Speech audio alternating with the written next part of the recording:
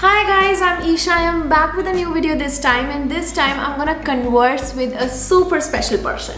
Now let me tell you that why this video is gonna be special, because this video has something which most of the international students want, and there is a rage behind all the international students that how you can get your permanent residency in Australia. And maybe you want to hear something from a person who has moved to Darwin and has got permanent residency. So here I am in conversation with Abdul today. Thank you so much, Abdul, for taking out time for making this video with me. I have a questions planned for him, and he's gonna answer all the questions for us and clear all the queries. How he got his PR in Darwin. Can you get PR on 65 points? What was his journey, what he did, what he studied, and all those things. And also I'm gonna put the link to his channel in my description box, along with his Instagram handle, so you can even follow him, get to know him more, and follow his journey, not follow his journey, actually get inspired from his journey. And let's just start with our first question with Abdul. So I have a list of questions. Thank you so much again, Abdul, for making this video with me. It really means a lot to me. Okay, so the first question is that why you chose Australia? Why you didn't choose any other country? It could be Canada, it could be UK, it could be any other country, but why you chose Australia? What was the reason? Because usually I've been getting the questions like, why you didn't went to Canada? Should I go to Canada or should I go to Australia? So this is my question to you, Abdul, that why you chose this country. Hi Isha, first of all thank you so much. आपने आज time निकाला मेरे लिए. जो first question आपने मुझसे पूछा है कि मैंने ऑस्ट्रेलिया क्यों चूज़ किया और कनाडा जो है वो क्यों नहीं चूज़ किया, या कोई और कंट्री क्यों नहीं चूज़ किया. देखिए, जिस वक्त मैं ऑस्ट्रेलिया आया था उस वक़्त मैंने किसी और कंट्री के बारे में बिल्कुल नहीं सोचा था. उस वक़्त समझ लें कि एक रैंडमली मेरा जो है ना वो एक माइंड बन गया कि मैंने ऑस्ट्रेलिया जाना है. मतलब जब आप कहीं बैठे और आप दोस्तों में बात कर रहे हो, कोई आपको बताए यार वहाँ पे वो हो रहा है, तो आप फटा से कहे चल यार हम भी चलते हैं. तो दैट्स हाउ इट गोज़ कि मेरा भाई जो है, जो मुझसे बड़े भाई थे, उनका यूके जाने का माइंड था बट वो नहीं जा सके. तो हम लोग एक दिन बैठे थे तो मुझे कहते चले यार मैं तो नहीं जा सका, तो यार तू ऑस्ट्रेलिया ही चला जा, तू भी कहीं किसी ओवरसीज़ कंट्री में चला जा. तो ये बैठे बैठे माइंड बन गया और उसने मुझे बोला तेरी इंग्लिश भी अच्छी है तो तू IELTS कर लेगा, मुझसे तो क्लियर नहीं हो रहा. दैट वाज एक रैंडम प्लान बना था. कोई ऐसा माइंड नहीं था. मैं ऑन दैट टाइम मैं 19 ईयर्स ओल्ड था. मैं अपने डिसीजन खुद ले ही नहीं सकता था. मुझे तो मेरे भाई ने एक समझ लें कि एक मेरा डिसीजन लिया, जैसे कि आजकल के लड़के हैं कि जिनको वो डिसीजन लेना कोई नहीं आता. तो same as it is family का डिसीजन था. और जब जाके कंसल्टेंट को मिले तो उसने कहा जी बच्चे को ऑस्ट्रेलिया भेज देते हैं, और मैं ऐसे ही मुँह उठा के ऑस्ट्रेलिया आ गया. देयर वाज नॉट कोई प्लान नहीं था, कुछ नहीं पता था, बस मुँह उठाया और ऑस्ट्रेलिया पहुंच गया. ठीक है, तो इट वाज अ रैंडम. इसमें कोई ऐसी मेरी कोई मैंने तीर नहीं मारा था, ना मेरा कोई प्लान था, ना मेरी कोई करियर काउंसलिंग थी, कुछ भी नहीं था. आई एम श्योर कि ये आपको शॉक करेगा बट ये ऐसा ही हुआ था. It was just a random. Anyways, you are came to Australia on which visa, which course you were pursuing in that time, to which city you came? So I came to Australia in 2016. मैं तो 2016 में Australia पहुंचा था. The degree I was pursuing वो degree थी bachelors of accounting, BBA जो था, management accounting थी वो बेसिकली, और मैंने वो परस्यू किया था. और मैं सिडनी में आया था. 3 साल की डिग्री थी जो कि 2016 से शुरू हुई थी और 2019-18 के एंड पे मैंने ख़त्म कर दी थी. मैंने एक्चुअली ज़्यादा सब्जेक्ट उठाया और एज सुन एज पॉसिबल उसको ख़त्म कर दिया. Alright, so your random plan of moving to Australia आपको यहाँ तक ले आया कि आप यहाँ के परमानेंट रेजिडेंट बन चुके हैं. So I'm really glad to hear that, and congratulations. Okay, so as you've heard that he didn't had any plan. He didn't had any plans for that. It was just a random plan. He moved to Australia. Okay, let's move on to next question, Abdul. So my next question to you is that did you change your course? Did you change your course? Because most of the students, when they move to Australia, whatsoever has been given to them by the agents, they're going to come here after 6 months. They usually change their course. So did you change it? And then if yes, why you changed it? And if yes, if you changed your course, then which course you chose and in which university you chose that course, and why you chose that course is my next question to you. Okay, so मैंने basically जो है ना course change नहीं था किया, मैंने कोई course नहीं चेंज किया। सेम समझ लें कि इसमें भी एक यही था कि मैं आज इस वक्त जब मैं बैठा हूँ ना, तो मैं कह रहा हूँ कि अगर मैंने कोर्स नहीं चेंज किया तो ऊपर वाले की उसमें कोई ना कोई एक अच्छाई थी, एक मेरी हेल्प थी। बट मैंने उस वक्त कोई कोर्स चूज़ नहीं किया, कोई चेंज नहीं किया था। मैं अकाउंट्स में आया था और मैं अकाउंटिंग ही पढ़ता रहा। मुझे आज भी याद है कि कुछ मेरे फ्रेंड्स जो कुकरी कया करते थे, क्या कुकरी कर लो, ये कर लो, वो कर लो, लेकिन पता नहीं क्यों मैंने कहा कि मैं जिस एक चीज़ के पीछे पड़ा हूँ ना, मैं इसके पीछे पड़ा रहता हूँ, मैं यही करूँगा। और मैंने वही किया और उसके अलावा मैंने अपना कोर्स बिल्कुल भी चेंज नहीं किया। और मैं पढ़ा था KOI, मैं यूनिवर्सिटी में नहीं पढ़ा था, मैं किंग्स ओन इंस्टीट्यूट, ये एक कॉलेज है जो कि सिडनी CBD में है, मार्केट स्ट्रीट के अंदर है। अभी भी मुझे उसका एड्रेस याद है, मार्केट स्ट्रीट के अंदर है और ये आज भी वहीं पे है। और ये एक छोटी सी बिल्डिंग के अंदर एक कॉलेज है जहाँ पे मैं पढ़ा हूँ और मेरे जैसे हज़ारों स्टूडेंट जो है ना वहाँ से ग्रेजुएट हुए हैं, तो मैं भी वहीं से ग्रेजुएट हुआ हूँ। All right, Abdul. So you have not changed your course. I'm really glad to hear that. And this is just my personal suggestion. It might change from person's perspective to perspective. But then, if you will ask me, I will also suggest that please do not change your course.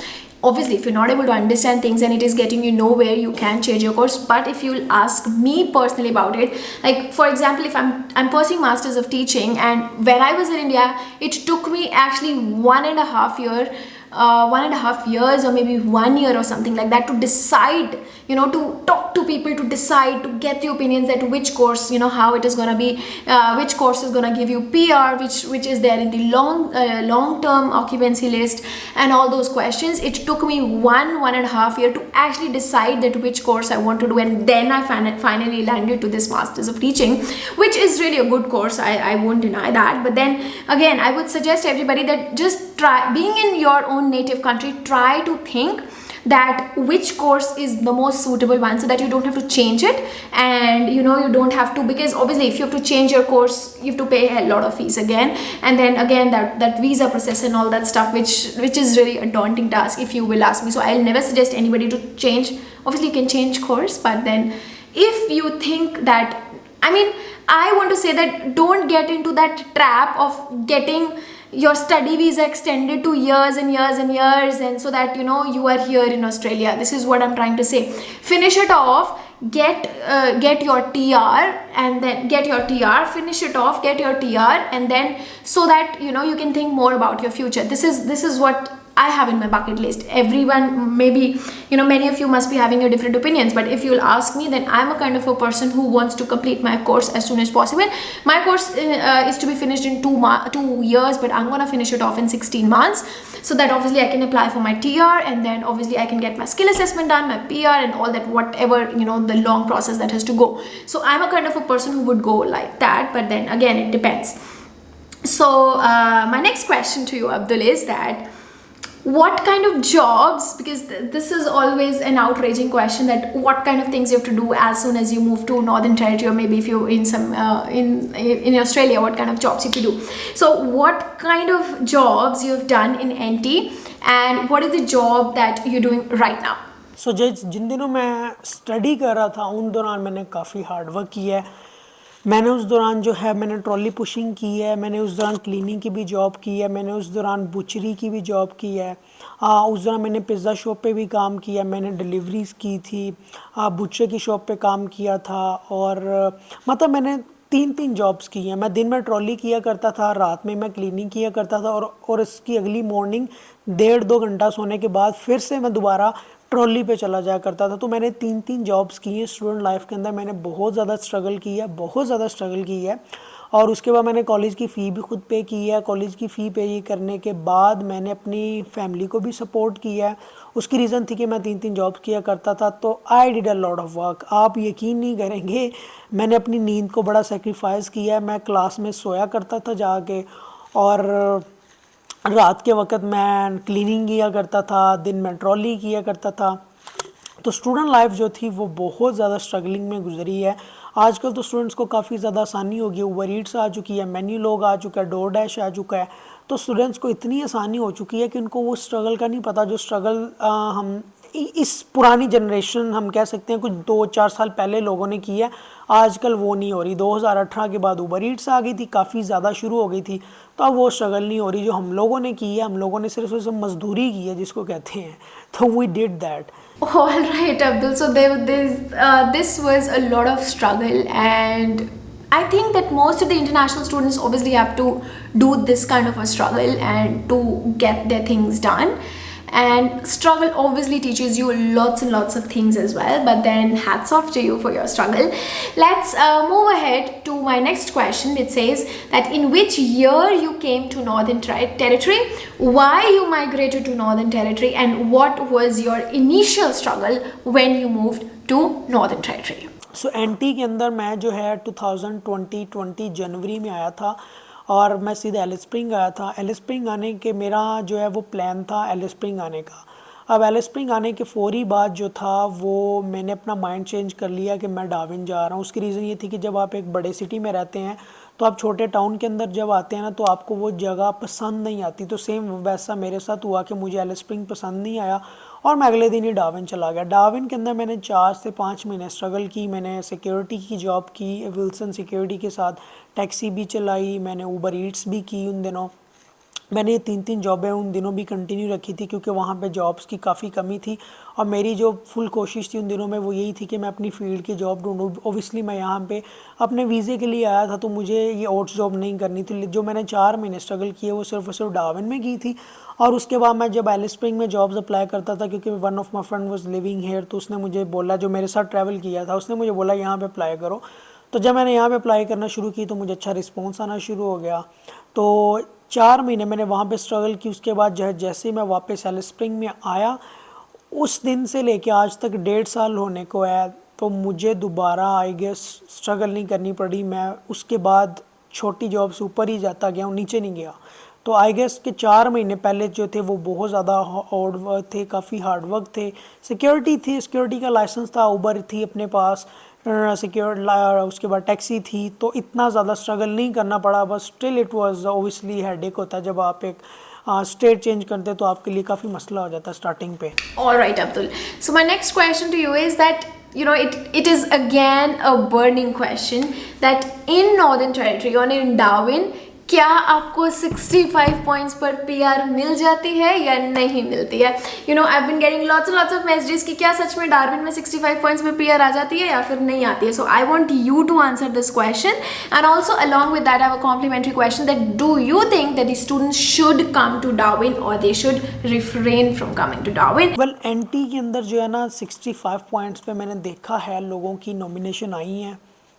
65 points के ऊपर भी लोगों की nomination आती हैं और उसकी reason ये है कि जब एनटी के अंदर इनके पास कोटा काफ़ी बच जाता है तो फिर ये लोग देना शुरू कर देते हैं। बट मैं तो यही सजेस्ट करूँगा कि ट्राई करें, जितने ज़्यादा पॉइंट्स हों वो बेहतर हैं। बट ऐसा कोई चक्कर नहीं है, पॉइंट्स का यहाँ पे चक्कर नहीं है। यहाँ पे फर्स्ट वन फर्स्ट कम है, फर्स्ट कम फर्स्ट गेट, ये यहाँ पे ये चक्कर है। अगर आप 65 पे भी डाल रहे हैं still you are eligible, still आपको ये नॉमिनेशन दे देंगे। Depend on your profile, depend on your job, depend on your IELTS score. तो ये चीज़ें काफ़ी मैटर करती हैं। सबसे ज़्यादा मैटर करती है आपकी जॉब। अगर आपकी जॉब आपकी फील्ड के रिलेटेड है दोस्त, आपको 1 हफ्ते में भी नॉमिनेशन दे देंगे। और स्टूडेंट्स डार्विन में मस्ट आएँ यार। उसकी रीज़न ये है कि डार्विन एक ऐसा है कि यहाँ पे लोग नाम सुनते हैं डार्विन, वहाँ पे गर्मी बड़ी होगी, वहाँ पे 500 सीटें हैं, वहाँ पे पता नहीं नॉमिनेशन मिलेगी नहीं मिलेगी। लेकिन कीप इन माइंड कि जिस जगह पे लोग स्टूडेंट्स कम आते हैं वहाँ पे चांसेस भी ज़्यादा होते हैं। तो इस वजह से मैं यही कहूँगा कि स्टूडेंट्स को डार्विन में एनटी मतलब नॉर्दर्न टेरिटरी में जहाँ पे भी कहीं जुगाड़ निकले ज़रूर आओ, ज़रूर आओ। ये एक रिमोट एरिया, यहाँ पे ये आप लोगों को नॉमिनेशन 100% देंगे। यहाँ पे आबादी की बहुत ज़्यादा ज़रूरत है।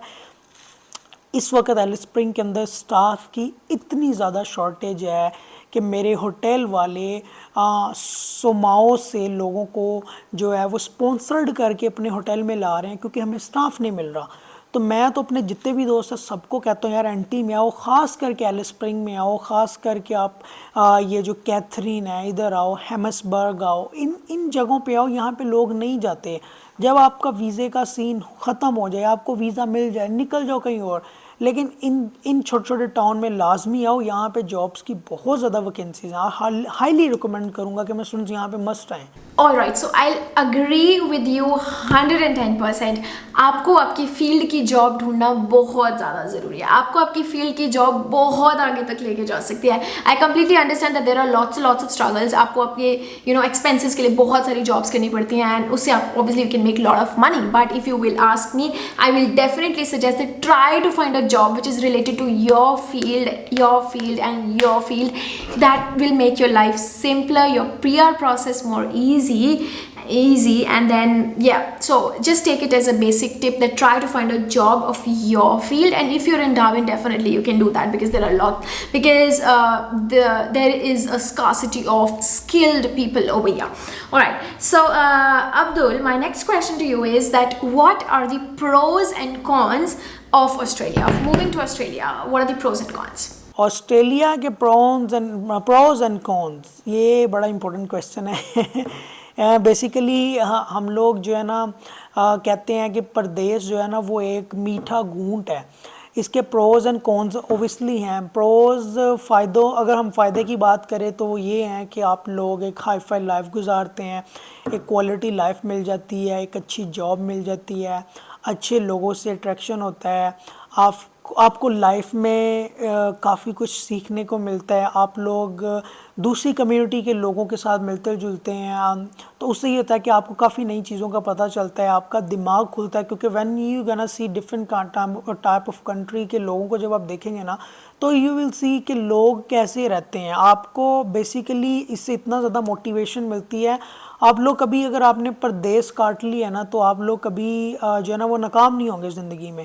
तो बेसिकली मुझे तो यही लगता है कि ओवरसीज़ में रहने का ये फ़ायदा है.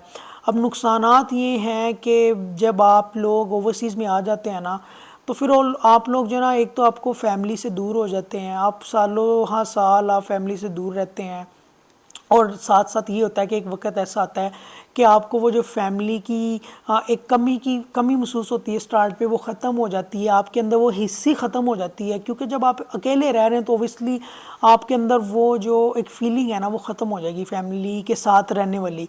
आप अकेला रहना पसंद करेंगे, आप अकेला खाना पसंद करेंगे, आपको गैदरिंग में बैठने का मज़ा नहीं आएगा आपको ज़्यादा. और दूसरा ये है कि आपको लोगों के फेसेस भी देखना जो है ना पता चल जाएंगे कि दुनिया किस भाव बिकती है. आपको बड़े बड़े अच्छे दोस्त होंगे जो आपका सर गड़ा लगाएंगे कि आपको लग पते जाएंगे कि दुनिया चलती कैसे है. तो बेसिकली ऑस्ट्रेलिया में रहने के प्रोज एंड कॉन्स दोनों हैं. ओवरसीज़ में कहीं पे भी रह लेंगे तो ये चीज़ें जो है ना ये हमेशा फेस करनी पड़ती है. आपको फैमिली सिकनेस हो जाती है, स्टूडेंट बेचारे रोते हैं, फैमिलीज़ की याद ओबियसली स्टार्टिंग पे मैं आया था, मैं रोता था यार.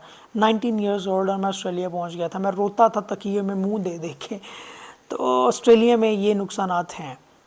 Anyways, thank you so much Isha, आपने आज टाइम दिया और कुछ ये क्वेश्चन थे जो आपके साथ शेयर किया. होपफुली ये स्टूडेंट्स की हेल्प करेंगे.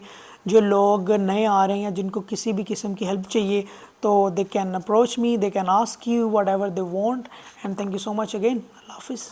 All right, Abdul. So this was the answer that has really touched my heart. मुझे पता है कि जो मैं अभी बोलने वाली हूँ वो बोलना ईजी है, लेकिन अगर उसको करने की बात आए तो that is tough, especially if you are an international student, if you have to manage all your expenses, your fees and stuff and all the things that you go around. But I personally feel that यार एक बार साल में at least once you should go back to your home country, meet your parents, meet your friends, meet your relatives. Forget about your friends or your relatives, you should meet your family once in a year. I think they are the ones who have sent us here. They are the ones who are the only ones who are responsible. So I think that obviously our parents are also growing old, so we should be the one to take care of them, to meet them. Obviously they will be super happy to see you at least once in a year. So I feel that to build and to maintain that connection with your friends, with your family members, you should go at least once in a year to your home country. Obviously saying that is super easy, but doing that is not that easy. So All right, this was just a suggestion from my side. This is, yeah. So thank you so much, Abdul, for taking out time. I hope that this video was helpful for a lot of you. And again, if you have any queries, you can ask me or you can ask Abdul. I have added his link in the description box. Thank you so much for watching this video till the end. I hope that this video has helped you. Once again, congratulations, Abdul, for your nomination. I'm really happy for that, and I'm really happy to hear that struggleful journey which I think almost all the students have to go through, but then it makes you stand out. You can fight against anything if you have survived any overseas country, if you've survived any any country. So thank you so much. Please subscribe to this channel and like this video. You can even ask me the questions in the comment section. I will be happy to help you out. Thank you so much for watching this video. I'll see you soon in my next video. Bye. Gonna feed him if you're coming for me. Hope you're ready for a demon. I got eyes in the back of my head, I'm seeing. Take me for granted and you know I'm leaving. I'ma take what's mine with the webs I'm weaving. I could take this crowd from seeing to believing.